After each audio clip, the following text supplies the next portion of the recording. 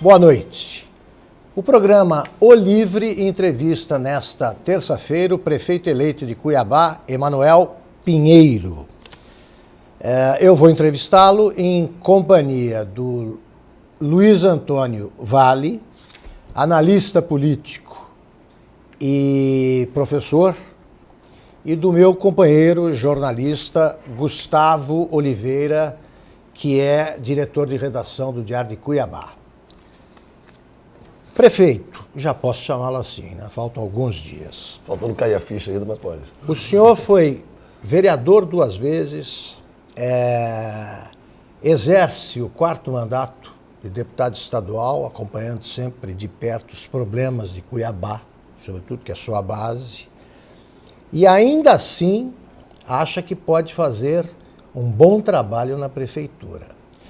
O atual prefeito, entrevistado aqui pelo O Livre, disse que a cidade vai ficar quase ingovernável financeiramente a partir do ano que vem. Por que o senhor decidiu ser prefeito e por que o senhor acha que vai dar para fazer um bom trabalho? Bem, boa noite, Augusto Nunes. Aliás, muito obrigado por a aceitação do convite. É um privilégio, aqui. Um privilégio. Então, para completar um currículo da minha vida pública, eu tinha que estar sentado aqui nessa cadeira. Então, boa noite, um privilégio, Augusto Nunes, professor Luiz Antônio, jornalista Gustavo Oliveira, e boa noite ao telespectador. Bom, primeiramente, eu não posso deixar de ressaltar o orgulho, né, e a honra de ser prefeito da minha cidade, da terra em que eu nasci, especialmente no momento que Cuiabá completa 300 anos de história. Então, se nós que somos daqui não nos preocuparmos em cuidar da nossa cidade, em cuidar do nosso povo, em cuidar da nossa gente e mostrar que é possível se fazer mais com os limites que a própria gestão pública moderna impõe e que é possível redirecionar o rumo do desenvolvimento, do progresso e do crescimento de uma das mais belas, se não a melhor capital do país, então é necessário aceitar esse desafio. Então, como homem público, muitas vezes você não escolhe o seu momento. Eu confesso para você, Augusto, que eu sempre sonhei em ser prefeito de Cuiabá. Já até cheguei a ser candidato uma vez, no ano 2000, perdi as eleições, certo? E fui, e naquele momento, depois disso, eu tentei outras vezes me inserir no processo, a ponto de, no início desta nova legislatura, desse meu 4º mandato de deputado, numa conversa com a família, que me perguntava se eu ia insistir, eu falei, não, só se Deus quiser. Chega, eu acho que não é meu destino administrar a minha cidade, então entrego nas mãos de Deus. Então, pela primeira vez, eu deixei de ir atrás do sonho de ser prefeito e parece que foi uma coisa de Deus mesmo. Só foi eu soltar que ele veio para mim. Então, eu acho que como cuiabano, como homem público, com deveres e responsabilidade com a minha gente, eu não poderia deixar de aceitar esse desafio e mesmo diante de um cenário delicado da nossa economia, como o prefeito atual Mauro Mendes colocou, o que é uma verdade, é aí sim, aí que eu desejo mais ainda cuidar da minha gente, cuidar da minha terra. Mas o senhor admite que vai governar numa situação de crise? Admito, e por isso que eu acho que Cuiabá precisa de mim cada vez mais, da minha experiência, da minha vontade de acertar, do meu desejo de melhorar a vida das pessoas e os serviços públicos, tornando-os cada vez mais eficientes, com qualidade, atendendo bem a nossa população. E precisa de dinheiro. Luiz Antônio. Emanuel, nós temos já detectado aí, inclusive por declaração sua, que existem já 40 milhões de restos a pagar que já foram identificados. Né? Nessa entrevista dada pelo atual prefeito Mauro Mendes, ele colocou as dificuldades que existem. De outra feita, você tem 2 pilares. Você garante que não vai atrasar salários e que vai honrar o RGA. Caso falte recursos, qual seria o seu plano para resolver essa situação? Bem, professor, primeiramente é um fato. O resto a pagar em torno de 40 a 50 milhões de reais. Uma economia em nível nacional que se apresenta num momento de pré-crise, se é que já não estamos na crise, é uma crise quase que anunciada, para o ano que vem, um ano de muita dificuldade. O orçamento também houve uma retração na perspectiva orçamentária Então, apesar do avanço e da pujança econômica de Cuiabá, há uma necessidade maior, certo, do equilíbrio fiscal, da austeridade e da otimização dos recursos públicos. Ou seja, você fazer mais com menos. E com isso você conseguir, combatendo corrupção, combatendo desperdícios, combatendo gargalos, revendo contratos, respeitando a segurança jurídica, mas revendo contratos, enxugando um pouco a máquina. É possível avançar. É possível avançar e garantir essa travessia com estabilidade, sem inventar moda, sem inventar. Tanto é que na campanha sempre eu disse, só vou prometer aquilo que eu posso cumprir.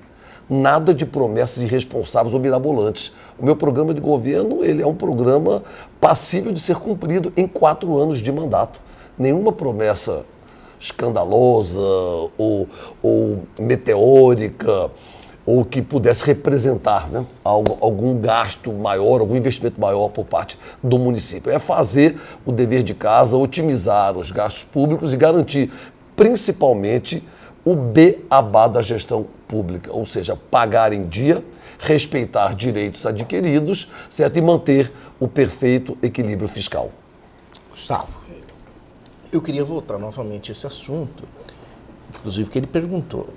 Você falou que só faz promessa daquilo que pode se cumprir. E durante a campanha o senhor falou que vai dar o RGA para o funcionalismo. E nesse cenário, que é óbvio que quando o senhor vai receber uma prefeitura com diminuição de repasses, tá? Então com menos receita, como o senhor vai fazer isso? O senhor vai diminuir, vai tirar dinheiro de outras áreas para pagar funcionalismo ou não? Gustavo, o funcionalismo, o pagamento do salário dos servidores públicos, como eu disse, é obrigação de todo gestor.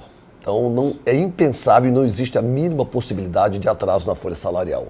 Hoje temos um comprometimento da máquina em torno de 51%, está numa fase crítica, perto do limite, aí, extrapolando um pouquinho o limite prudencial, mas ainda sob controle.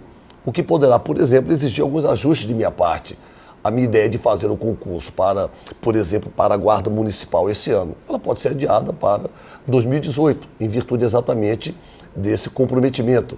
E você conseguir equilibrar, já constar no orçamento uma previsão de uma RGA em torno de 7%, 8%, 9%, ainda precisa definir esse índice, a máquina suporta, certo? A máquina suporta, desde que você não seja irresponsável e comprometa outros investimentos. Eu não vou comprometer. Até porque, por exemplo, as obras do pronto-socorro e das UPAs são obras em parceria com o governo do estado. Temos o recurso alocado no município, as obras estão quase paralisadas devido a alguns atrasos que nós vamos compor, já inclusive conversamos com o governador, mas são obras, são ações que vai fazer com que o nosso perfil político seja cada vez mais atuante e presente na gestão pública. Eu vou articular muito com o governo do estado e com a União, certo? Esses repasses e novos repasses, porque Cuiabá precisa e muito, certo, dessa parceria com o governo estadual e com a União para novos investimentos. Com o que há, com o orçamento da prefeitura, temos aí em torno de 5% de capacidade de investimento do orçamento da prefeitura. É muito pouco diante das inúmeras demandas que a nossa cidade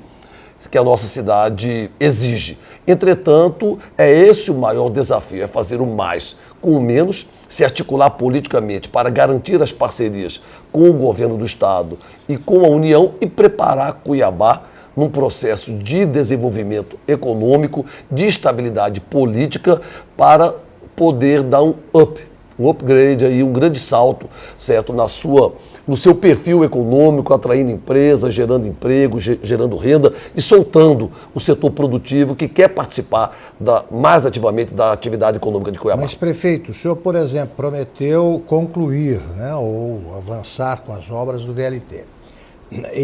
Boa parte disso depende do governo do estado. Perfeito. Que está em má situação. Como é que o senhor pode prometer isso sem saber se o governo do estado vai bancar a parte dele? Augusto, eu prometi que a prefeitura não seria omissa. ante tudo aquilo que diz respeito à população. O VLT acontece aqui. O VLT é um patrimônio da população cuiabana e é aquilo que eu digo, falei como deputado, falo como deputado e falei como candidato a prefeito, é a verdadeira revolução na qualidade de vida das pessoas. Eu não vejo o VLT como uma revolução no transporte coletivo. Eu vejo o VLT como ícone numa revolução de desenvolvimento urbano de Cuiabá. Por quê? Por isso que a prefeitura... Que tipo de mudanças ele provoca?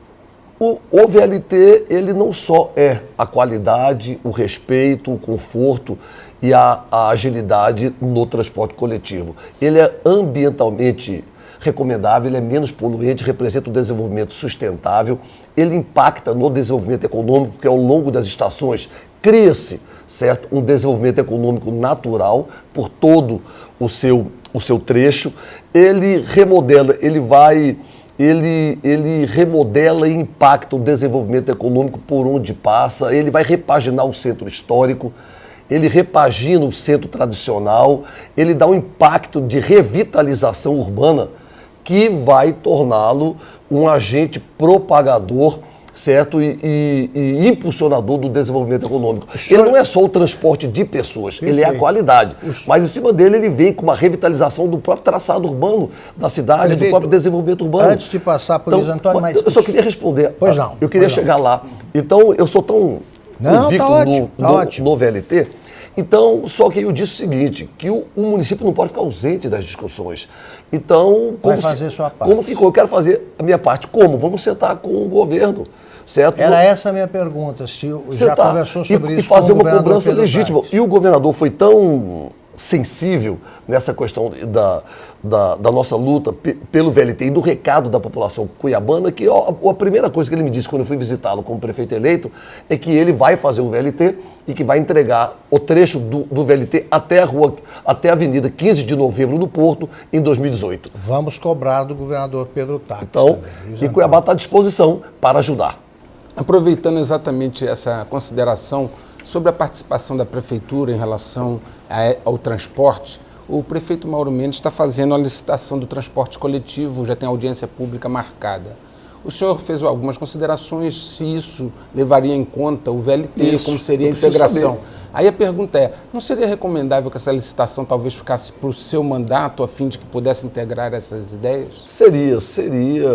Eu respeito a legitimidade do prefeito Mauro Mendes, que é meu amigo, até 31 de dezembro, ele é o prefeito de Cuiabá. Só que Cuiabá tem um prefeito eleito, que vai ser responsável pelo município nos próximos 4 anos. Então é necessário que a gente continue cada vez mais estreitando essas relações para conversar sobre isso. Eu estou vendo o lançamento dessa licitação, que inclusive é uma proposta nossa de campanha, um compromisso nosso entre os primeiros atos, fazer a licitação, começar um processo de discussão de licitação do transporte público, mas essa licitação não pode ignorar o VLT.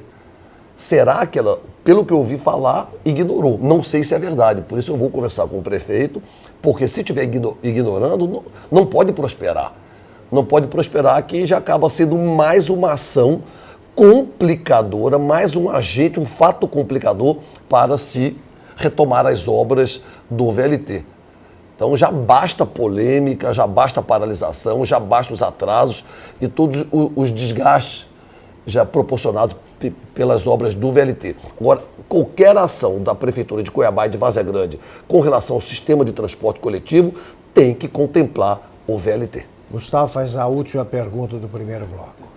Nessa questão de obras, eu queria que o senhor explicar como que está a situação hoje do pronto-socorro municipal que está sendo construído e que as informações que a gente tem até o momento que as obras estão praticamente paralisadas. Tá? Nesse processo de transição, quais informações que o senhor tem e como que o senhor vai tocar essa obra, que também é uma proposta de sua campanha? Isso. Gustavo, eu estou recebendo, certo, os dados, as informações da equipe de transição quase que diariamente. Então, eu não recebi todos ainda. Eu comecei a receber, inclusive, essa semana estamos analisando. O que existe de concreto é que houve um atraso devido à crise, certo, de recursos por parte do governo do Estado.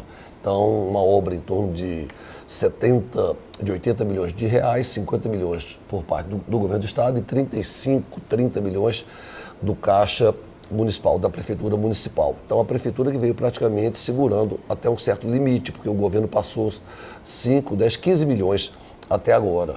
Então, e já era para ter vindo um aporte maior de recursos. Com esse atraso, houve quase que uma paralisação das obras e assim que tomar posse, com certeza esse será um dos primeiros atos, é retomar essa articulação. Já conversei com o governador, ele garantiu as parcerias especialmente do pronto-socorro das duas UPAs, que estão paralisadas, UPA Jardim Leblon, que está na base ainda, UPA Verdão também paralisada, para que possamos levar adiante não apenas esse compromisso de campanha, né, mas essa necessidade para avançar na saúde pública da capital.